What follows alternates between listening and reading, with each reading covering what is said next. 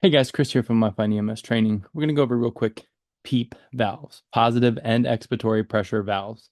So they're essentially like a whoopee cushion or a pinch valve that inhibits full exhalation, not the marshmallow treat that comes every Easter. So when you fill your alveoli and or your lungs with air, you don't want them to collapse all the way. So you have a normal or intrinsic PEEP, which is provided by your vocal cords, your anatomic position, how your diaphragm works. And so your normal intrinsic PEEP is about 3 centimeters of water. And we'll talk about centimeters of water here in a second. That intrinsic PEEP allows the lack of complete alveolar collapse.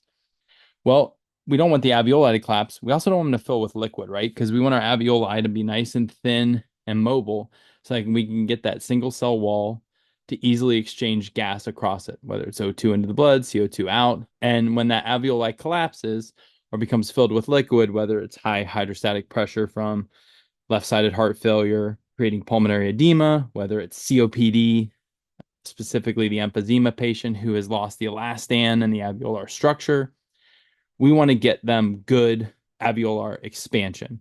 So we want to provide PEEP. So we want to prevent the complete collapse. In the case of the person with fluid in their lungs, we want to increase the alveolar wall size so that they have more oxygen exchange capacity. As you see here, this alveoli filled with liquid, this alveoli, we swell it a little bit. This much more is not in contact with a liquid, allowing it to exchange gas well.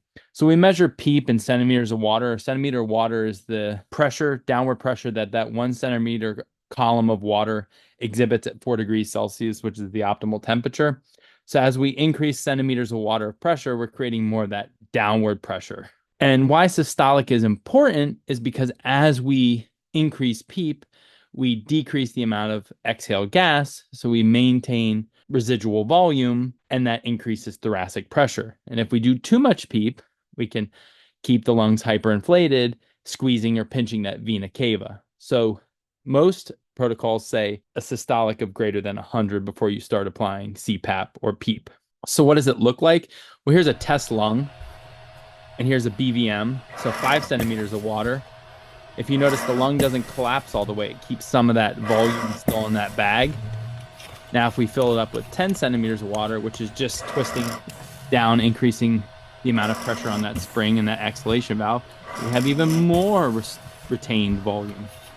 Now we'll go down to 15 centimeters of water. Even more.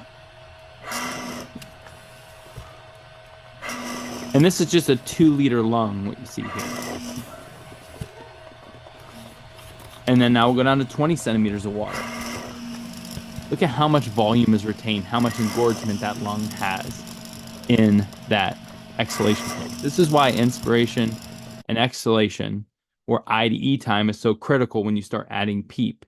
Because if you keep that rate fast and you don't change that exhalation time, you'll very quickly breath stack someone. So that was PEEP. We hope that helped. As always, if you have any questions, hit us up at info@lifelineemstraining.com, and we hope you have a great day.